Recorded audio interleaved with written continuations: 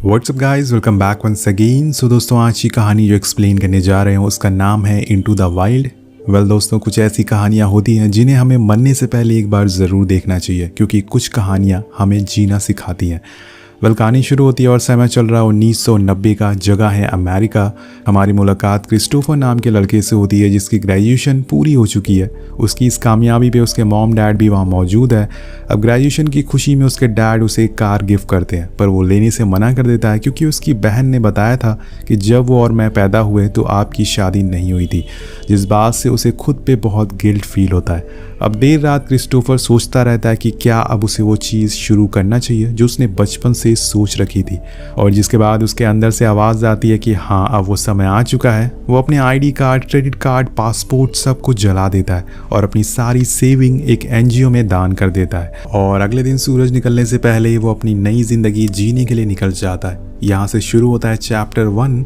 वो अपनी कार लेके बीहड़ इलाके की तरफ बढ़ने लगता है, पर कुछ देर में अंधेरा हो जाता है और वो वहीं रुककर आराम करने लगता है। लेकिन जब सुबह हो गई थी तो उस जगह पर बाढ़ आ गई थी और उसकी कार ज़मीन में धंस जाती है और उसे मजबूरन कार को छोड़ना पड़ता है। साथ में अपने साथ लाए पैसों को भी जला देता है वो, क्योंकि उसे अब फ्रीली जीना है बिना किसी पैसों की मदद से।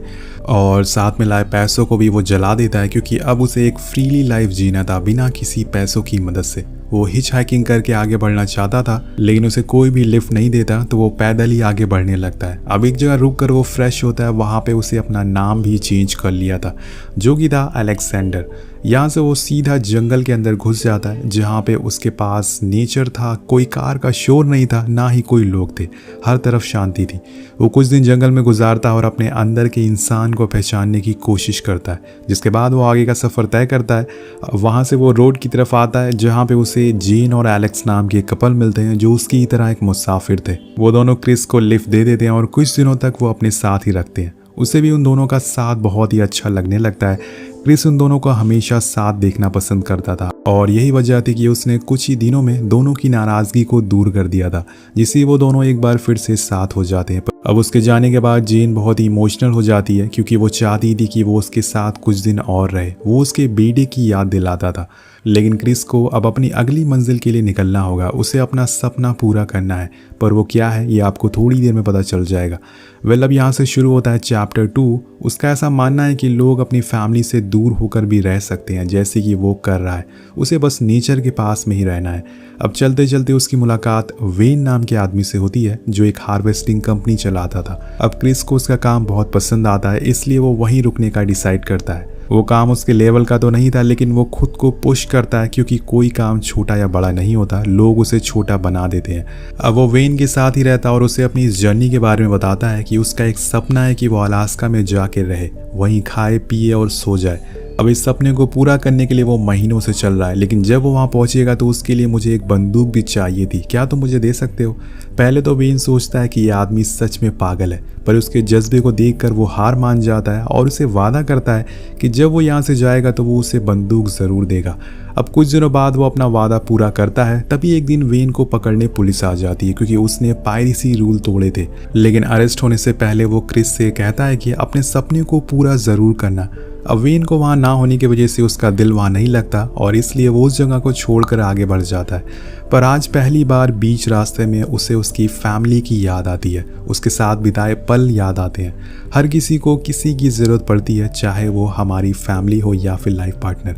इधर उसकी फैमिली, उसके मॉम डैड भी उसे ढूंढने की कोशिश करते हैं, लेकिन उन्हें कुछ भी पता नहीं चलता। और यहाँ हम क्रिस को देखते हैं जो अपनी मंजिल से भटकना नहीं चाहता था, इसलिए वो उन चीज़ों को एक पुल के नीचे दफना देता है, उनकी यादों को, जिसे देखकर वो अपनी फैमिली को मिस करता था। अब यहाँ अलास्का पहुँचने के लिए उसे कोलोराडो नाम की रिवर पार करनी होगी, जो कि बहुत ही खतरनाक होती है, पर उसे पार तो करना ही होगा। इसलिए वो पुलिस से परमिशन मांगने जाता है कि उसे वहाँ राफ्टिंग करनी है। वो कहते हैं कि अभी वेव बहुत तेज़ है और तुम्हें कोई एक्सपीरियंस भी नहीं है। तो क्रिस पूछता है कि ठीक है, मैं कितने दिन में राफ्टिंग कर सकता हूँ? तो बताते हैं कि करीब 12 साल। तो पुलिस वाला अपनी ही धुन में लगा हुआ था, वो उसे ज़्यादा गौर नहीं करता, इसलिए झूठ बोल देता है। पर क्रिस को तो ये पार करना ही होगा और आगे बढ़ने के लिए वो बिना परमिशन के राफ्ट करने की सोचता है, पर ये जितना सोचा था उससे ज़्यादा मुश्किल था। लहरें बहुत ही तेज़ होती है पर वो जैसे तैसे करके उसे पार कर लेता है। और यहाँ होती है उसकी एक और कपल से मुलाकात जो कि बहुत ही बिंदास टाइप की होते हैं और मज़े कर रहे होते हैं। अब वो उन्हें बताता है कि उसे अलास्का जाना है, क्या वो उसे बता सकते हैं रास्ता कैसे है। वो कपल उसे बताते हैं कि अगर तुम चल कर जाओगे तुम्हें बहुत टाइम लग जाएगा, लेकिन अगर तुम इस नदी के सहारे जाओगे तो तुम जल्दी पहुंच जाओगे। पर इससे पहले कि वो कुछ और पूछता वहाँ पुलिस आ चुकी थी जो उसे ही ढूंढ रही थी। लेकिन क्रिस उनसे छुप कर वहाँ से निकल जाता और सीधा ऊपर रोड पे आ जाता है, जिसके बाद वो एक जगह रुक के अपने घर वालों को कॉल लगाने की सोचता है। लेकिन तभी उसकी नज़र सामने एक आदमी पर पड़ती है जिसकी वाइफ उसे छोड़कर चली गई थी। अब वो उसे माफ़ी मांग रहा था और उससे कहता है कि हनी मुझे एक और चांस दो। ये सुनकर क्रिस अपना माइंड को चेंज कर देता है और वहाँ से निकल जाता है। अब उसे फिर से नदी के सहारे आगे बढ़ना है पर यहाँ उसके लिए एक मुसीबत बढ़ जाती है।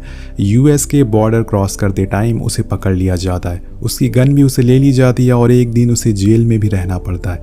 अब ऑफिसर का कहना था कि बिना आइडेंटिफिकेशन के वो बॉर्डर क्रॉस नहीं कर सकता।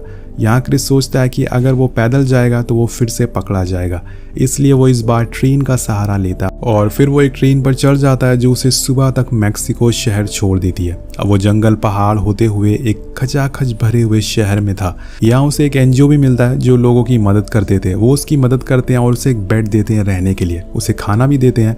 लेकिन क्रिस देखता है कि शहर में तो लोग भाग रहे हैं पैसों के लिए, कोई जॉब के लिए, कोई किसी को इम्प्रेस करने के लिए और कोई अपनी पावर दिखाने के लिए। सब के सब लोग भाग रहे हैं। उसे वहाँ घुटन होने लगती है, इस वजह से वो उसी रात वहाँ से निकल जाता है, उसी ट्रेन में वापस बैठ जाता है। वेल अब यहाँ से शुरू होता है चैप्टर 3। यहाँ दोस्तों उसे पुलिस वाले पकड़ लेते हैं ट्रेन में इलीगल तरीके से बैठते हुए और फिर क्या था वो उसे बुरी तरह से मारते हैं और वहीं ट्रैक में छोड़ देते हैं, जिसके बाद वो ट्रेन में बैठने का सपना भी छोड़ देता है। उसे अपने पुराने तरीके को ही आजमाया और वैसे ही आगे बढ़ता रहा और वो पूरे दिन शहर में घूमता रहता है। पर कुछ दिनों बाद उसने वो शहर भी छोड़ दिया और कैलिफोर्निया पहुंच गया, जहाँ उसे एक बार फिर से जेन और एलेक्स मिलते हैं जो उसे देख के बहुत ही खुश थे और सभी फिर से टाइम स्पेंड करते हैं। पर यहाँ उनके साथ एक लड़की भी होती है जिसका नाम होता है ट्रेसी। वो धीरे धीरे क्रिस को लाइक करने लगी थी और वो दोनों भी कई जगह को एक्सप्लोर करते हैं और ट्रेसी उसे बहुत ही ज़्यादा पसंद करने लगती है। ट्रेसी उसके साथ इंटीमेट होना चाहती थी लेकिन एलेक्स उससे उसकी एज पूछता है तो वो कहती है कि 18, लेकिन दोस्तों वो झूठ बोलती है, वो सिर्फ 16 साल की थी। तो एलेक्स समझ जाता है और वैसे भी एलेक्स को अपना सपना पूरा करना था। यहाँ एलेक्स और जेन की बहुत अच्छी दोस्ती हो जाती है क्योंकि जेन को उसमें अपना बेटा दिखता था जिससे वो 2 सालों से नहीं मिली। सभी साथ में डिनर करते हैं और अगले दिन एलेक्स फिर से अपनी मंजिल के लिए निकल जाता है। सभी को छोड़कर उसे जाते हुए देखकर ट्रेसी बहुत ही उदास हो जाती है क्योंकि वो उसे सच में प्यार करने लगी थी। पर एलेक्स यहाँ रुक नहीं सकता। अब उसे चलते हुए करीब 15 महीने हो चुके थे।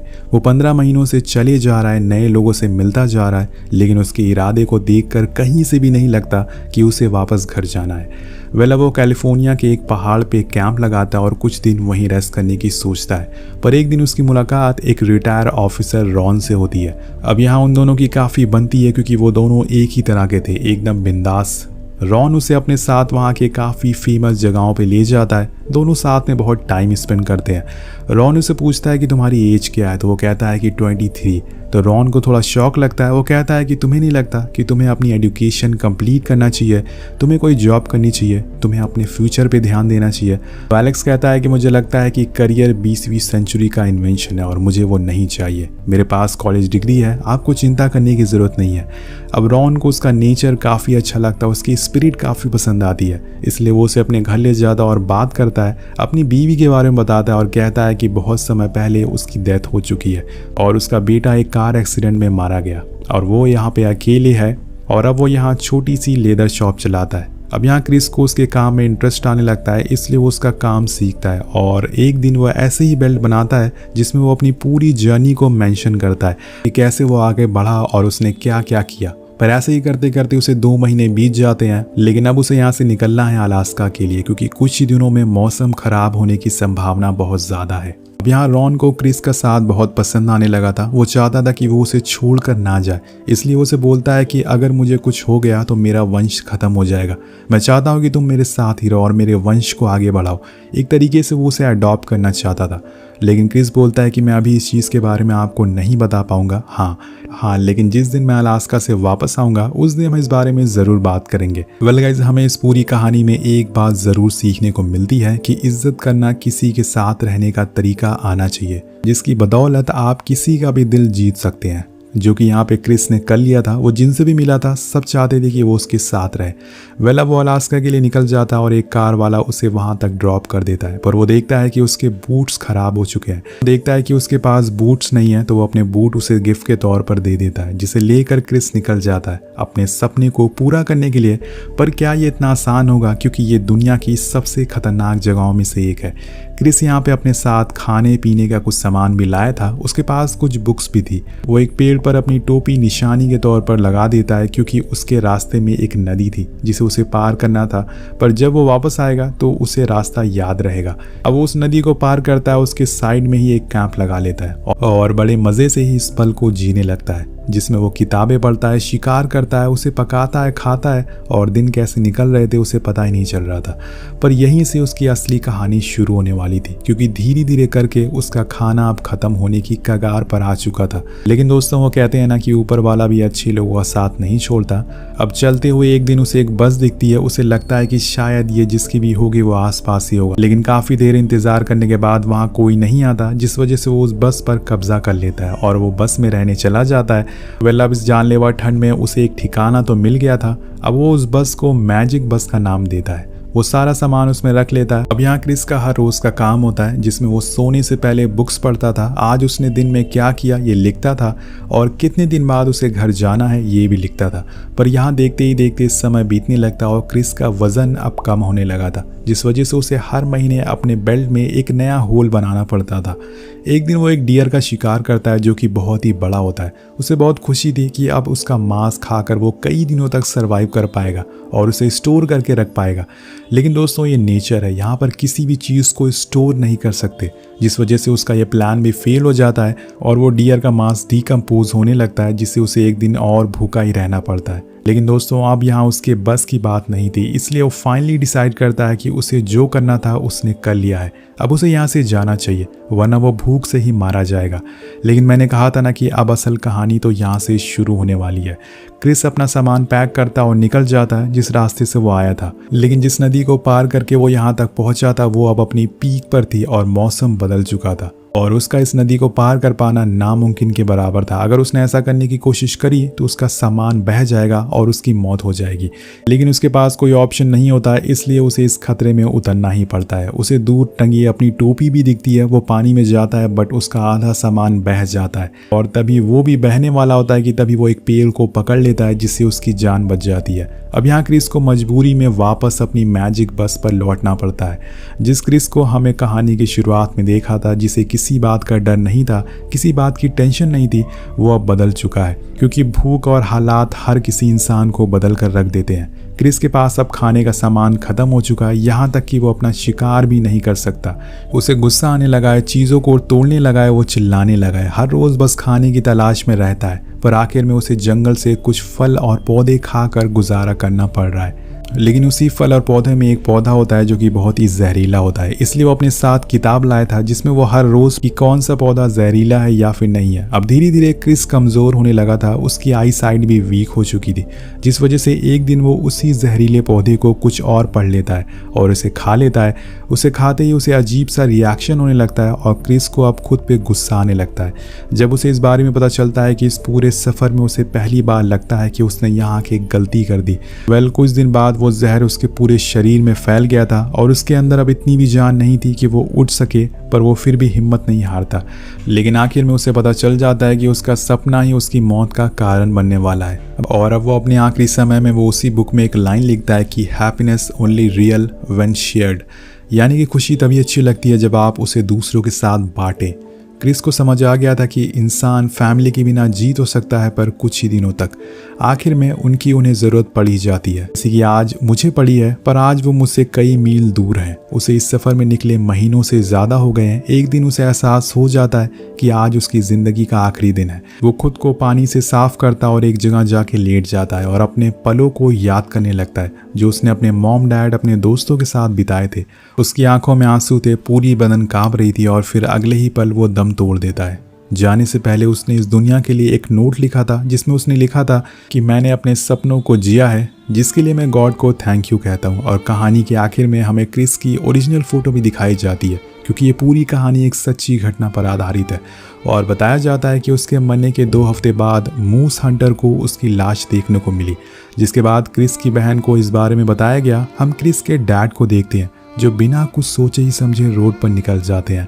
अपने बेटों को याद करके वो रोने लगते हैं। उनका सारा दुख, दर्द, सारी पीड़ा बाहर आ जाती है। अब ये इमोशनल सीन देखकर आप समझ जाएंगे कि माँ बाप आपसे कितना ज़्यादा प्यार करते हैं। वो अपने आंसुओं को रोकने की कोशिश करते हैं, लेकिन वो रुकने का नाम ही नहीं ले रहे थे। अब कुछ दिनों बाद उसकी बहन कैरीन क्रिस की एशेस को लेकर आसमान में उड़ जाती है और कुछ इस तरह से एक सपने के साथ ही इस कहानी का अंत हो जाता है। आपको क्या लगता है कि इस कहानी से आपको क्या सीख मिली है? नीचे कमेंट करके ज़रूर बताइएगा। तो इस वीडियो पे एम करते हैं 300 कमेंट का। कमेंट ज़रूर करिएगा। मिलते हैं आपसे अगली वीडियो में। Thank you so much watching. Peace out.